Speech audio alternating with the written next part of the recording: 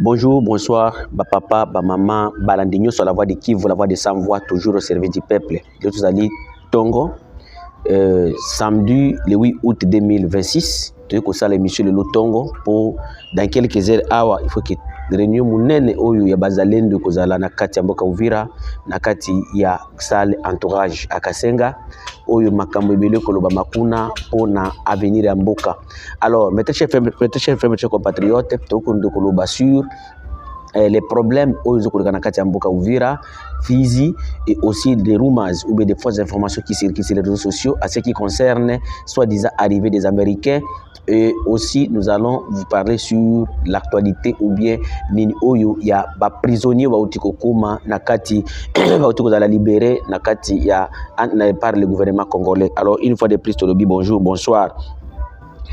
Mes très chers compatriotes, tout bandit d'abord sur la situation sécuritaire actuelle dans la ville d'Uvira, ou dans le territoire d'Uvira et le territoire de Fizi. Alors, tout limbate kubanda koyaku alerter parce que alerter na biso ezali eloko oyo tozoko sunga population et tout kubanga te maria de complot. Il y a quelques nos compatriotes, nos frères du tribu et quoi, bazoko comprendre te makambozo ki ndengenini. Nous avons un grand problème vraiment à compréhension parmi nous ici. Parce que ceux qui ont lobby vérité ont commis ennemi. Il y a ce genre, il y a les gens, donc d'attendre tout ça dans désordre, il y a quelque chose ça plaisir parce qu'il est appelé le général autoproclamé Mzalendo, il est ceci, mais azoko mona musikate, azoko mona tena ndenge batazoko souffrir. Papa, maman, tout banda d'abord na situation sécuritaire où il y a ville à Uvira. Ça ne passe plus un jour ou bien une nuit sans que Uvira moto akufa moko to mibale, que ce soit dans le territoire ou bien dans la ville. Et puis nous sommes dans une zone vraiment où ils censés la sécuriser, la sécurité beaucoup solide parce que nous sommes dans une zone là où il y a beaucoup de militaires. Il y a beaucoup de Wazalendo, il y a beaucoup de policiers. Et donc, nous sommes dans une zone contrôlée par notre gouvernement de la République démocratique du Congo. Ici, nous n'avons pas de rebelles de la M23. Parce qu'ils nous disent chaque jour que non, M23 Bazokoboma. Mais on Bazokoboma Uvira. Banani nde Bazokoboma. Lobby encore, na Rugembe, na katika commune ya Kalundu, si makaka ndako nani ya General René. Bauti koboma moto, ba 20h. Papa et famille ba coutir na kiti ba betie masasi. Au juste qu'est-ce qui se passe dans cette ville? Et une chose grave, la population de communauté batobalo kabiso, surtout la population de Fizi. Population de Fizi et Fizi en général et Baraka en particulier, na banzu ki ba cérémonie oyo abanda ko sala kuna na Grand Kasai Prieto Lokananga. Banda ko Lokananga te banda ko lokande population ya zone oyo. Parce que toujours na mito ezo sala te. Mitou na biso za la te. Ça fait aujourd'hui 1 mois et 1 semaine. Donc depuis le 3 juillet, de bakata connexion na kata territoire de Fizi. Et depuis que bakata connexion, bandeko, il y a des problèmes pour le moment dans ce territoire. Premièrement, ils ont makambo insécurité. Les gens sont en train d'être arrêtés, tués sans que le monde ne le sache. Deuxième chose, il y a problème, il y a vie et commis cher. La ville de Baraka, c'est une ville où il y a na carré miniété. Baraka il y a na usine mon côté. Baraka il y a ville où il évolue à travers les ONG. Nandenge yaka et aussi à travers parce que Baraka est un port nango au échange commercial au salamaka entre la RDC et la Tanzanie et aussi ils ont la diaspora au originaire il y a territoire de Fizi et belé bazana Amérique bazana Australie bazana Europe alors bango batinda kambongo yango de sala ka mouvement na kati ya ville ya Baraka. La majorité des jeunes que vous voyez à Baraka, azana kiosque, azana nini. La majorité de bazwaka mbongo à partir ya bandeko na bango bazali banda, batindeli bango sali ki ba vivre. Il y a même des malades. Oyo batunga netinga a. Natana mama kulutu na ngai. Mwana naye azali banda. Yende mutu afute atenda kambongo po alia atsozo baso médicaux parce que azalaka déjà malade. Mais pour le moment c'est tellement très difficile.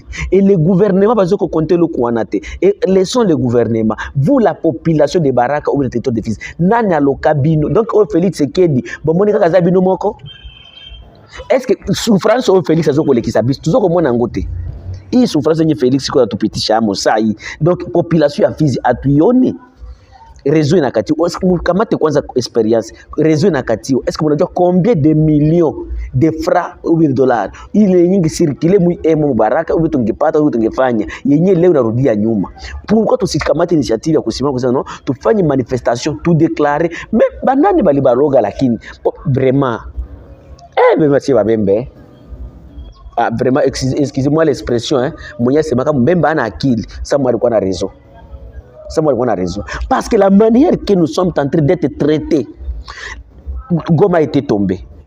Connexion ça la contrôler wapi? Kinshasa non? Si Kinshasa n'arrive pas à couper la connexion ou bien l'internet à Goma, à Bukavu, partout là où il y a des rebelles. Pourquoi seulement à Baraka? Lorsque les rebelles sont arrivés à Uvira, pourquoi n'avons pas coupé la connexion ou bien l'internet? Lorsque les rebelles occupaient la plaine de Ruzizi, pourquoi ils n'avaient pas coupé l'internet ou bien la connexion?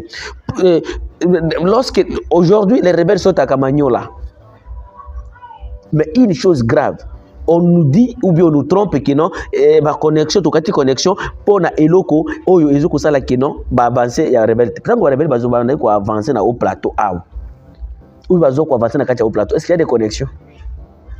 Et vous verrez, comme nous avons un administrateur Badibanga qui vient à Zokosala ba chantage, pour lui, ça ne lui gêne pas.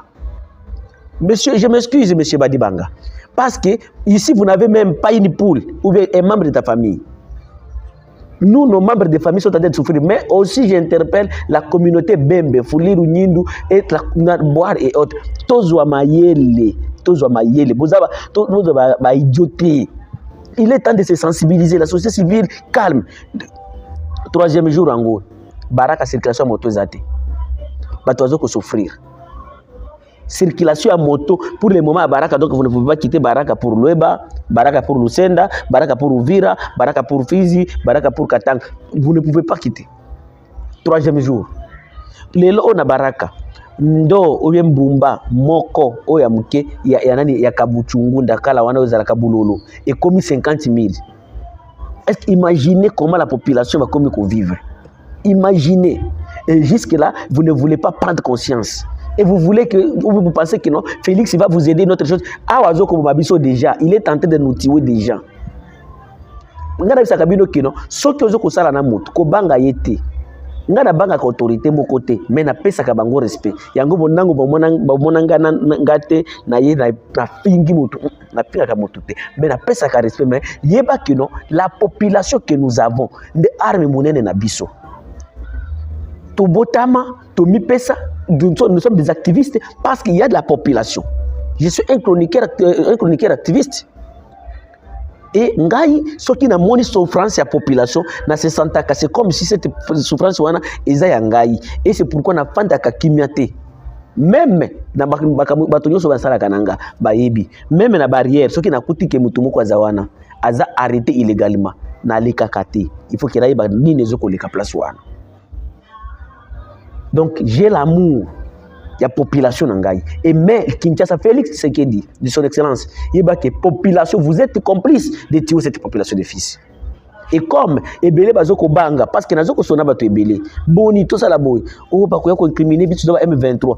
To sala kasi ba M23 ngokasi. Mais bo petit biso connexion, biso plutôt vivre. Ou bien que parce que les M23 doivent être comme boya kasi na ba bombe na ba drone, bobo mabiso nyonso population sa fizi, bobo mabango kasi parce que vous ne voulez pas que cette population vive. Vous ne savez pas même la situation géographique de cette partie. Vous ne savez pas même la manière que cette population est vivaka. Mais vous vous permettez un Badibanga, un Jean-Jacques et autres, ils coupent, ils vous disent non, et toi ta connexion pour un plaisir. Bato ya fizi tozo mayele. Bato Uvira pe tozo mayele pour insécurité. Parce que si tozo ki tozo de kosila. Tozo ko kende kosila bandeko.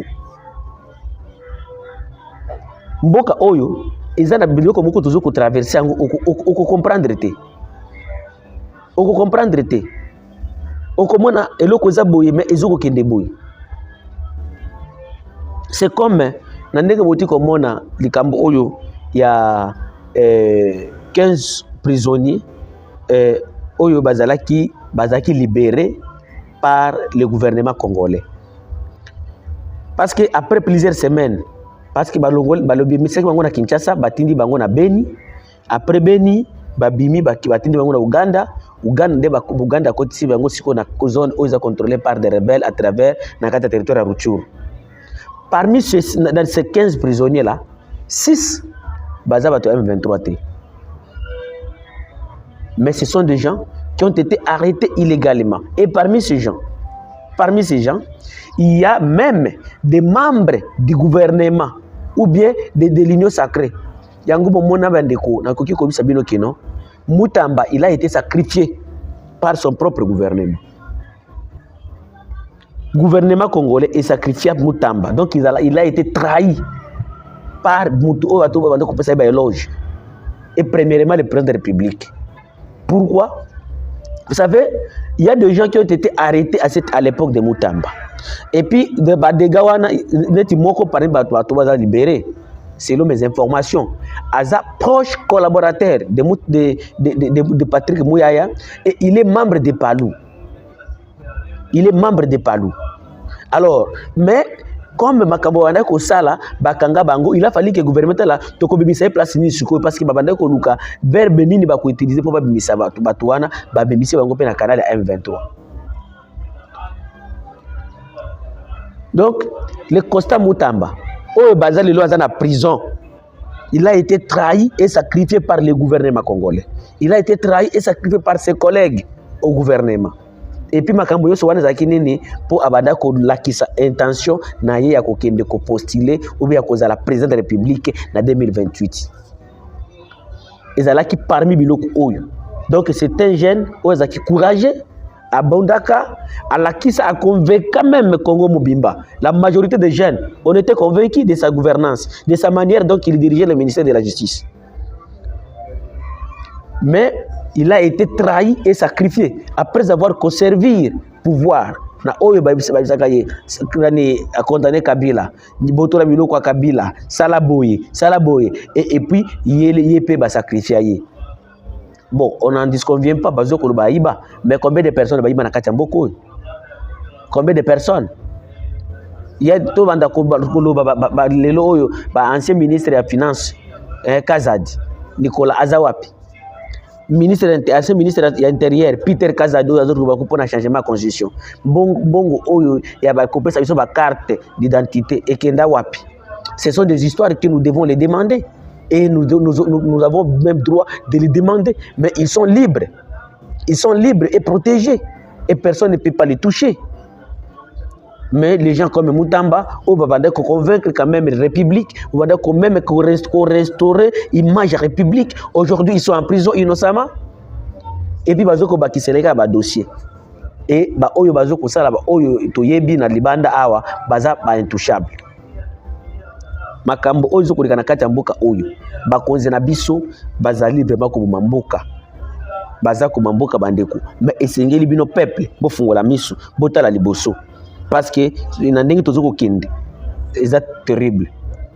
15 prisonniers de Babimisi Bango, Bazadia na Goma, mais bati bango na quarantaine, Bazalaki, Comité international de la Croix-Rouge, Oyo, CICR, Nde, Anosaki pour Nani, pour Asalaki facilitation, pour Kobima Bango, Kobima Kuna, Kota na zone Oyo, du 6 et jusqu'au 7 août. Donc pour le moment, tous ces 15 prisonniers, ils sont à Goma. Mais comme on a bango nyonso, ils ont dévoilé, ils ont deep information, il y a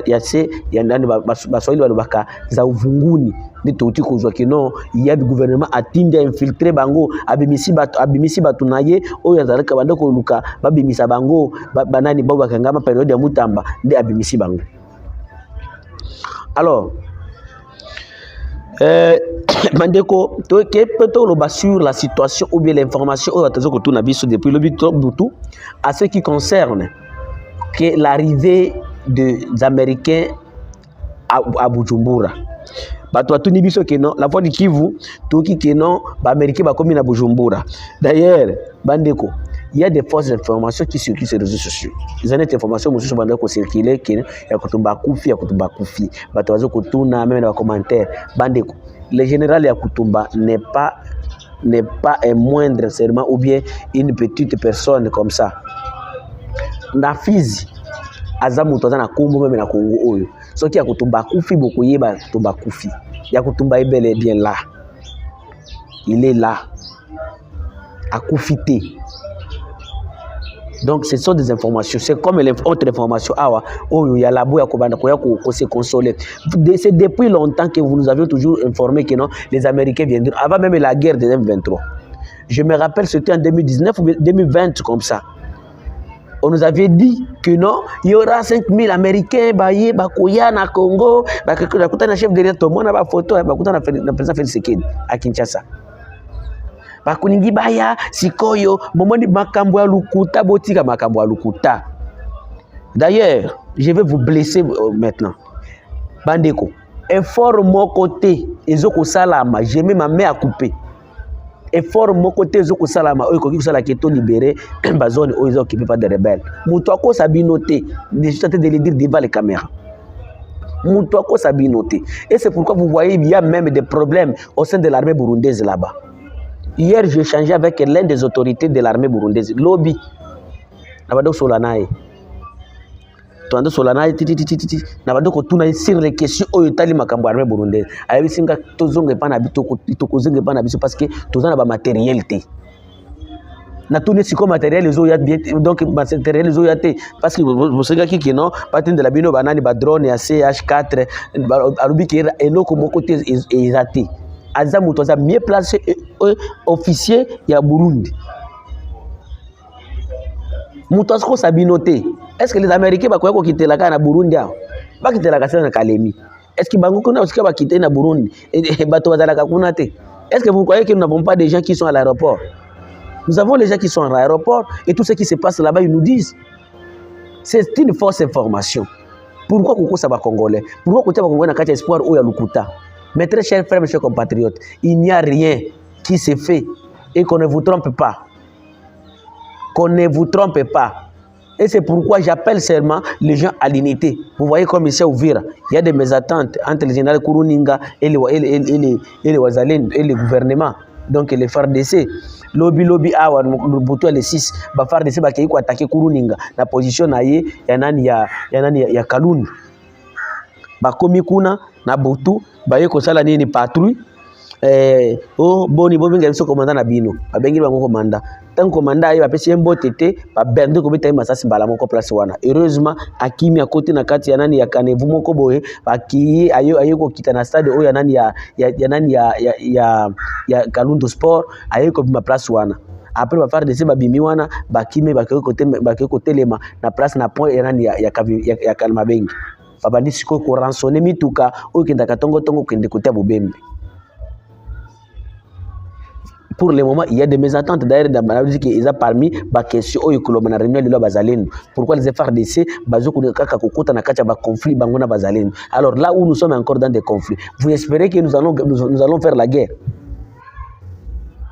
Est-ce que vous espérez à ça? Il y a des conflits. Oh, le bel général Kourouninga qui même Foufou bozo kopé sabiso. Bozo kopé sabiso Foufou mais biloko eza wapi? Tokolia ngo ndenge et puis opesi chaque groupe de sacs à Foufou. Chaque groupe, 200 qui a foufou. Là où il y a 300, 400 personnes, 200 qui a foufou comme ça l'année. Au lieu de se préparer, au lieu de se donner, de préparer les esprits, que ce soit des militaires des FARDC, que ce soit des Wazalendo, vous mettez seulement à distraire la population, américain, parce que vous avez un makokia, il y a combien d'Américains. Congolais, tika distraction. Longo la distraction. N'abisa kabino chaque jour que non, prenez-nous en charge. Toujours comme on a. Ce n'est pas facile, la manière où nous sommes en train de travailler ici. Ce n'est pas facile. Il y a des gens qui nous menacent. Mais aujourd'hui, je suis obligé d'informer mon peuple. Je suis obligé de donner l'information à la population parce que information